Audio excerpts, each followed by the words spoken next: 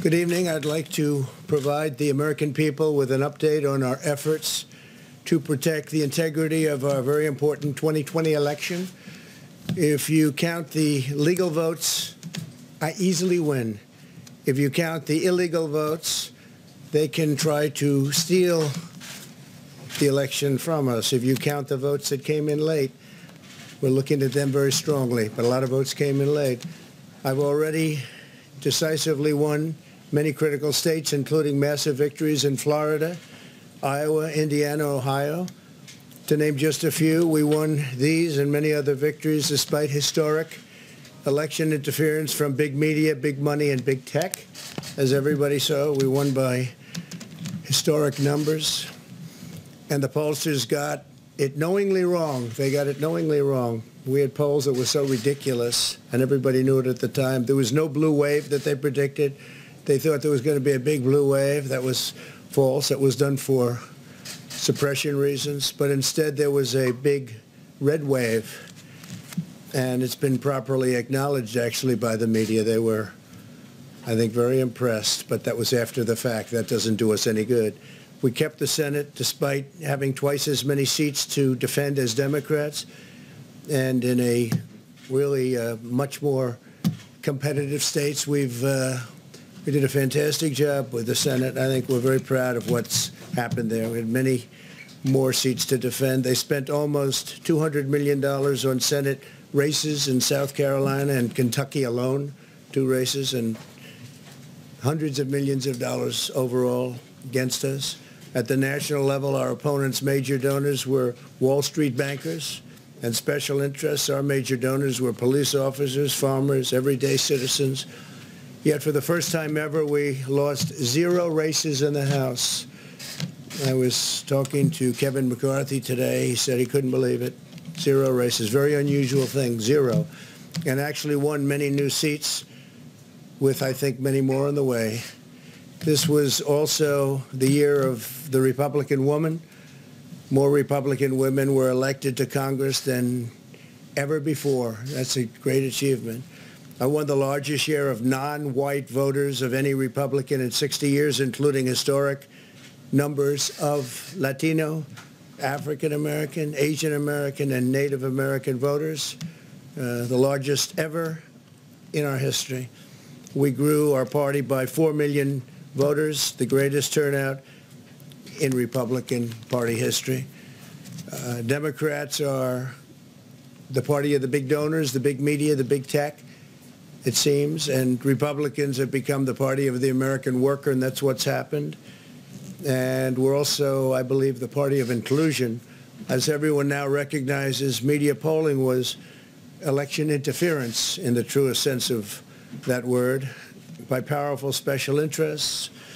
These really phony polls, I have to call them phony polls, fake polls, were designed to keep our voters at home, create the illusion of momentum for Mr. Biden, and diminish Republicans' ability to raise funds. They were what's called suppression polls. Everyone knows that now. And it's never been used to the extent that it's been used on this last election. To highlight just a few examples, the day before election, Quinnipiac, which was wrong on every occasion that I know of, had Joe Biden up by 5 points in Florida, and they were off by 8.4 points, and I won Florida easily. So they had me losing Florida by a lot, and I ended up winning Florida by a lot. Other than that, they were very accurate. They had him up 4 points in Ohio, and they were off by 12.2 points. And I also won Ohio, great state of Ohio, very easily. And the Washington Post said Biden up 17 points in Wisconsin, and it was basically even. They were off by about 17 points. And they knew that. They're not stupid people. They knew that. Suppression. There are now only a few states yet to be decided in the presidential race. The voting apparatus of those states are run in all cases by Democrats. We were winning in all the key locations by a lot, actually. And then our numbers started miraculously getting whittled away in secret, and they wouldn't allow legally permissible observers. We went to court in a couple of instances, and we were able to get the observers put in, and when the observers got there, they wanted them 60, 70 feet away, 80 feet, 100 feet away, or outside the building to observe people inside the building. And we won a case, a big case, and we have others happening. There are lots of litigation, even beyond our litigation. There's tremendous amount of litigation generally because of how unfair this process was, and I predicted that. I've been talking about mail-in voting for a long time. It's really destroyed our system. It's a corrupt system, and it makes people corrupt even if they aren't by nature, but they become corrupt. It's too easy. They want to find out how many votes they need, and then they seem to be able to find them. They wait, and then they find them. And you see that on election night. We were ahead in vote in North Carolina by a lot, tremendous number of votes. And we're still ahead by a lot, but not as many, because they're finding ballots all of a sudden. Oh, we have some mail-in ballots. It's amazing how those mail-in ballots are so one-sided, too. I know that it's supposed to be to the advantage of the Democrats, but in all cases, they're so one-sided. We were up by nearly 700,000 votes in Pennsylvania. I won Pennsylvania by a lot, and that gets whittled down to, I think they said now we're up by 90,000 votes, and they'll keep coming and coming and coming. They find them all over, and they don't want us to have any observers, although we won a court case. The judge said you have to have observers. Likewise in Georgia, and they're appealing. Actually, they're appealing. We won a case that we want people to watch, and we want observers, and they're actually appealing, which is sort of interesting. I wonder why they'd appeal, that all we want to do is have people watch as they do the vote tabulations. Likewise in Georgia, I won by a lot, with a lead of over getting close to 300,000 votes on election night in Georgia. And by the way, got whittled down, and now it's getting to be to a point where I'll go from winning by a lot to perhaps being even down a little bit. In Georgia, a pipe burst in a faraway location, totally unrelated to the location of what was happening, and they stopped counting for 4 hours, and a lot of things happened. The election apparatus in Georgia is run by Democrats. We also had margins of 300,000 in Michigan. We're way up in Michigan, won the state. And in Wisconsin, we did likewise fantastically well. And that got whittled down. In every case, they got whittled down. Today, we're on track to win Arizona. We only need to carry, I guess, 55% of the remaining vote, 55% margins. And that's a margin that we've significantly exceeded. So we'll see what happens with that. But we're on track to do okay in Arizona. Our goal is to defend the integrity of the election. We'll not allow the corruption to steal such an important election, or any election for that matter. And we can't allow anybody to silence our voters and manufacture results. I've been doing a lot of public things for a long time. I've never had anything that's been as inspirational, by people calling, talking, sending things to us. I've never seen such love and such affection and such spirit as I've seen for this. People know what's happening, and they see what's happening, and it's before their eyes.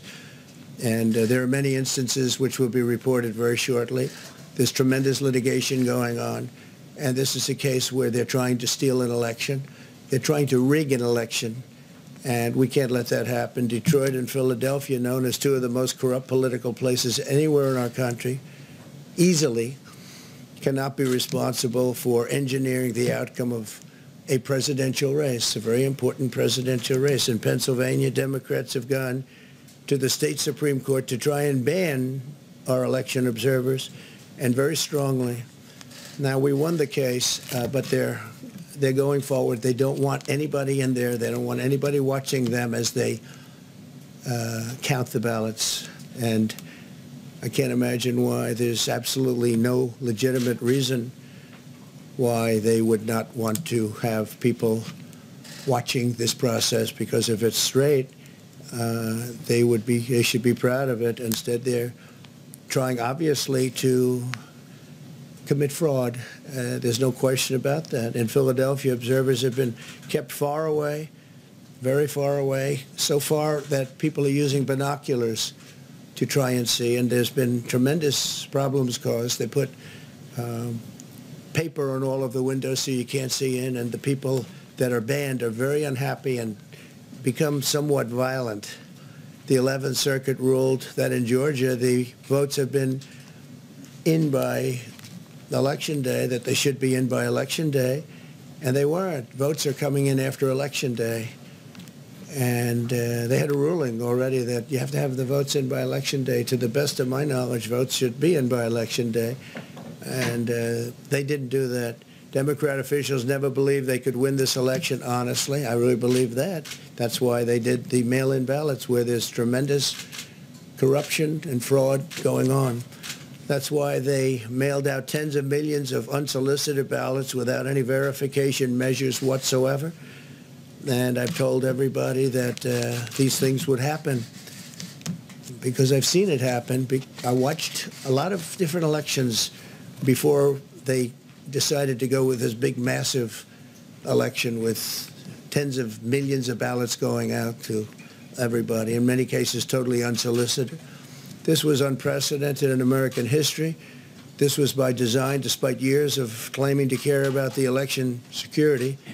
They refused to include any requirement to verify signatures, identities, or even determine whether they're eligible or ineligible to vote. People are walking in there. They have no idea. They're just taking numbers. They're writing down things, the workers, and doing a lot of bad things. And we have a lot of information coming and litigation that you'll see that will shake even you people up. And you've seen it all. The officials overseeing the counting in Pennsylvania and other key states are all part of a corrupt Democrat machine that you've written about, and for a long time you've been writing about the corrupt Democrat machine.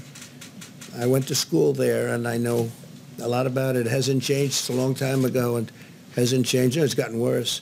In Pennsylvania, partisan Democrats have allowed ballots in the state to be received 3 days after the election, and we think much more than that. And they're counting those without even postmarks or any identification whatsoever. So you don't have postmarks, you don't have identification.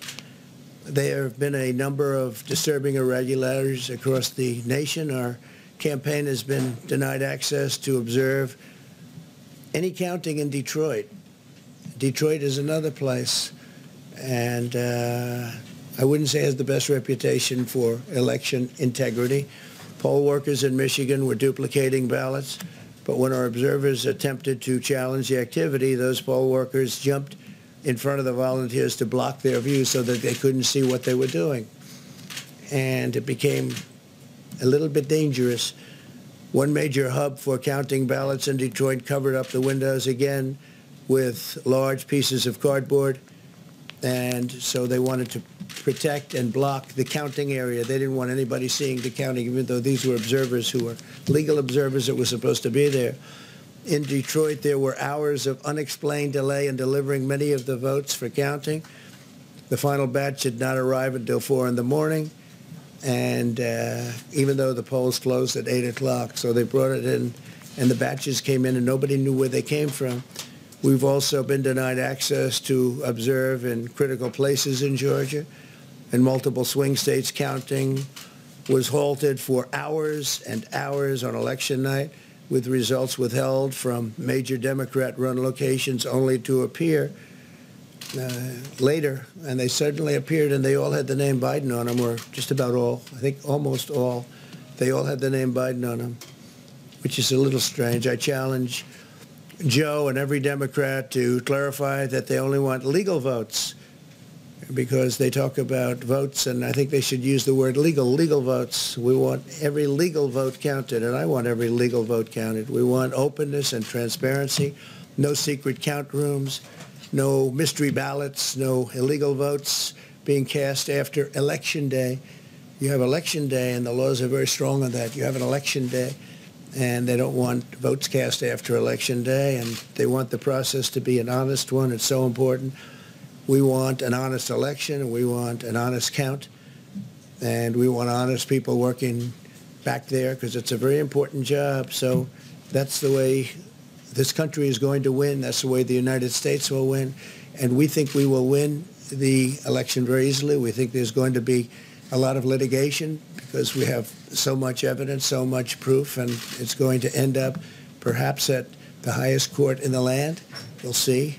But we think there'll be a lot of litigation because we can't have an election stolen like this. And I tell you, I have been talking about this for many months with all of you, and I've said very strongly that mail-in ballots are going to end up being a disaster. Small elections were a disaster. Small, very easy to handle elections were disastrous. This is a large-scale version, and it's getting worse and worse every day. We're hearing stories that are horror stories, absolute horror stories, and we can't let that happen to the United States of America. It's not a question of who wins, Republican, Democrat, Joe, myself. We can't let that happen to our country. We can't be disgraced by having something like this happen.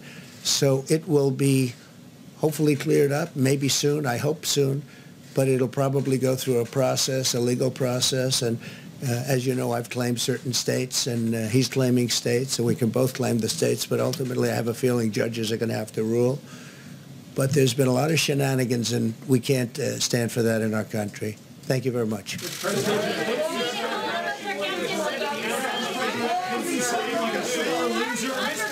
Are you being a sore loser?